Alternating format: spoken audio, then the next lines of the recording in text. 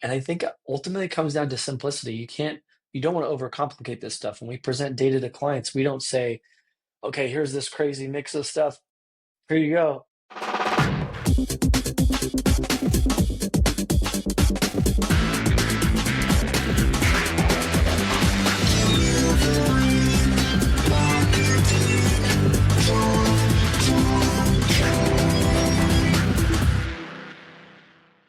Hey there, and welcome to a brand new episode of Delivering Marketing Joy. I am your host, Kirby Hasseman. Joining me today is a brand new rock star. Super excited to dive into the conversation today. He's the founder and CEO of Round Barn Labs.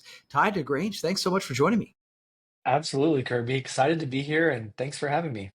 Yeah, for sure. So I did my little research, my stalking of you online. And I've actually heard you talk about the trust gap. That totally piqued my interest. So can you talk a little bit about that and how brands can reclaim their authenticity in their marketing?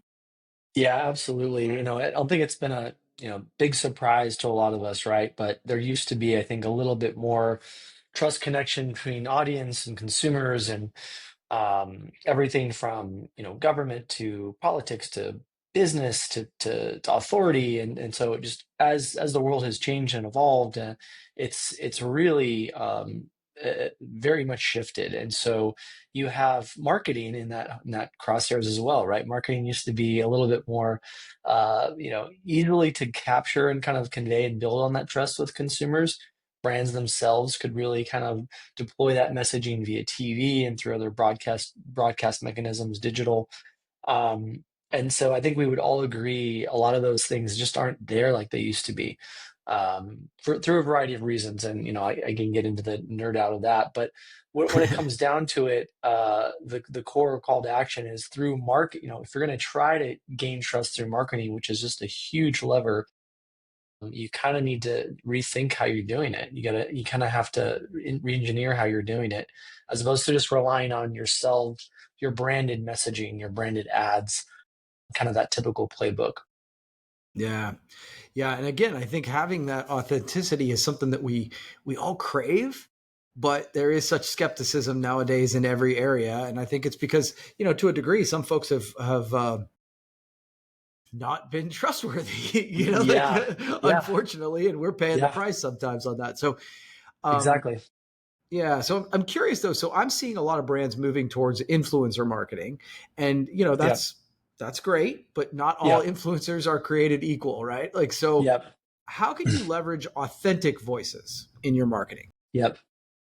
Yeah, I think the first interesting thing to think about in performance marketing and multi-channel marketing, you have these, rise and fall of tactics and channels. And so nothing's going to be, invincible forever. Right. Everything goes through its cycles. So influencer is not immune to that. So want to call that out initially.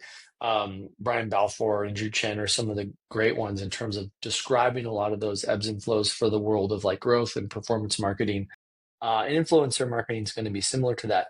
What's cool about affiliate and to some extent influencer, maybe a little bit less extent of influencer because you're relying on the social channels they're on, but it's kind of like a channel within channels. You don't have to necessarily just say, okay, we're only doing content sites for affiliate. We're only going to do deal sites or loyalty. There's like 15 different ways to reach someone through affiliate. And a lot of ways, a lot of times people think of it as a payment mechanism. You're paying on a, pay for a lead, pay for a sale.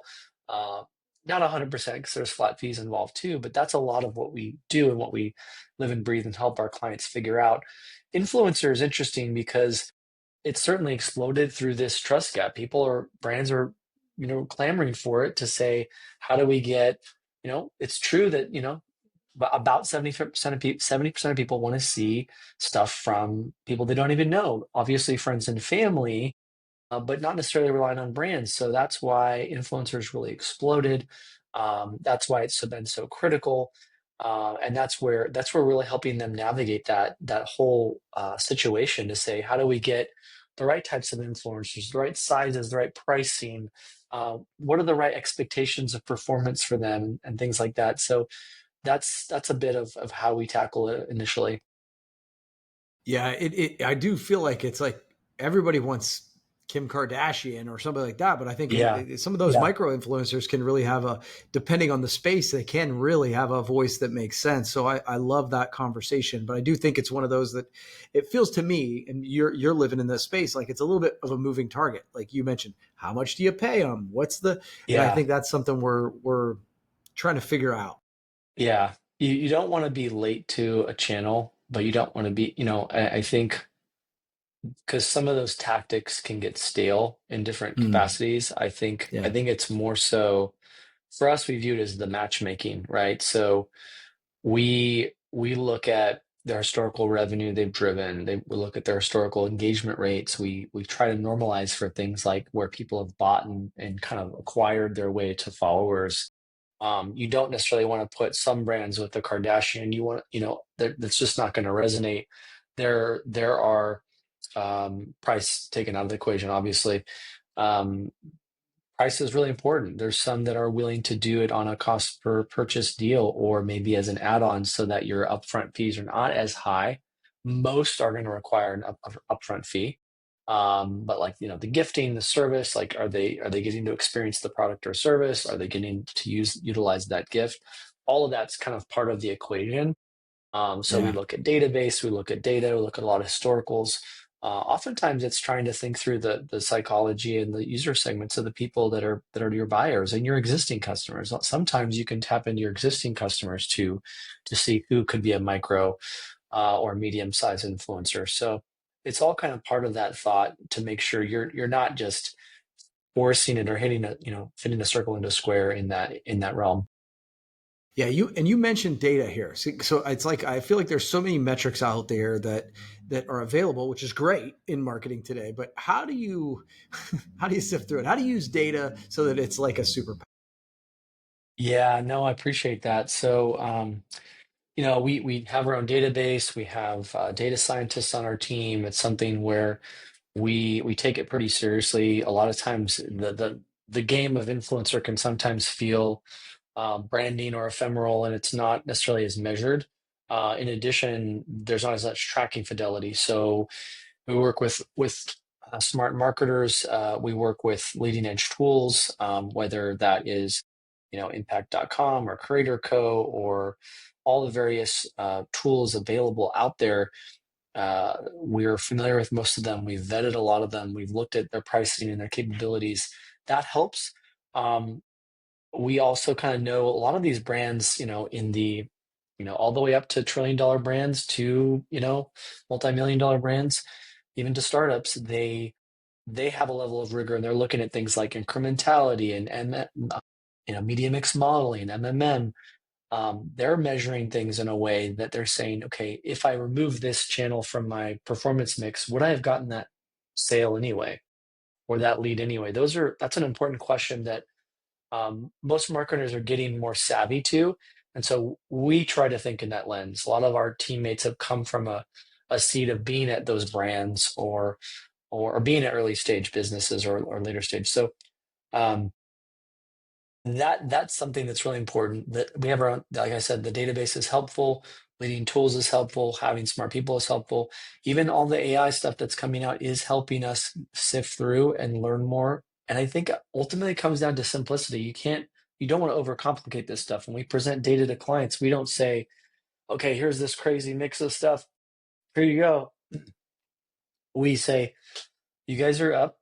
This is down. This is where we're trending. This is what we look like year over year. This is the where we perform to plan or to hypotheses. Here's our recommendation. And so it's really about this is such a game of really leading people through this process as opposed to overwhelming them. We try to keep it as simple as possible when it can get confusing. So hopefully that helps. Yeah, it does. I will say that that's I've literally had that pushback recently where we're like, we'll give them the full report, and they're like, I don't even know what I'm looking at here. And so having to explain some of the metrics has been valuable. And I think that helps them understand it better too. So that's good. Final question for you. You mentioned affiliate marketing earlier. What kind of brands does affiliate marketing work for you? And how could someone get started if they were interested? Yeah, it's a good question. been in this game for a long time, so we've seen a lot of reps here. Typically, e-commerce, even B2B SaaS affiliate can be very powerful. I typically like to see other paid marketing channels stood up and shown to prove out to be profitable to work before you launch into affiliate marketing. Part of the reason for that is it's very relationship based. It's a little bit slower moving. It can be highly efficient because of those things. You're getting things on a cost per lead or a cost per purchase basis. So it's very attractive to brands. I do think you need to be at a somewhat advanced stage of your growth trajectory to support and justify it. So, do you have a healthy conversion rate on your site? You're asking these affiliates to kind of put skin in the game to go, okay, I'm going to go out and promote you. So you kind of have to have your stuff together. They're looking at things like, okay, if I send 100 clicks to you, what are my earnings back? What is the value back for me? So it's a calculation they make. They're pretty savvy. They're very innovative. They're usually on the cutting edge of marketing and doing a lot of testing. And stepping back, keep it simple. It can be 5 to 25% of revenue for pretty sizable brands. Trillion, billion, $1 million businesses have tapped it. It's been historically phenomenal for consumer, but in the last 5 years, it's going like gangbusters for B2B SaaS, product-led growth businesses. Hopefully that helps and gives Yeah. people an idea of kind of what it is and what it could be. Yeah, one of the things I'd heard, and I was, doing my research. I've not stepped into affiliate marketing, but it made sense when I read it. Was like, okay, you need to have certain things buttoned up so that you're kind of selling the affiliate, right? Like, hey, this is that if this happens, this I'm putting my reputation out there, so these Yeah, things will actually happen. And so once you can prove, hey, this is our conversion rate, this is this. Now all of a sudden that's where you can supercharge it by accessing affiliates. Does that make sense? exactly. No, it's Yeah. exactly right. Exactly right. Well, Ty, thank you so much. This has been really good. Where can people find out a little bit more about you? Thanks, Kirby. Yeah, best way to find me is probably on LinkedIn, Ty DeGrange. We also have a podcast, Always Be Testing, which we're not quite as many episodes as you are. We're at 85, so tip of the cap to Nice. you for having so many. And then, yeah, the site roundbarnlabs.com. We love to help people navigate this process and just give you an assessment of what's going on and give you some suggestions. That's awesome. Ty, thanks so much. This has been fun. We'll do it again sometime, okay? Thanks, Kirby. Appreciate you. Yeah. All right. That's going to wrap up this edition of Delivering Marketing Joy. We'll see you next time.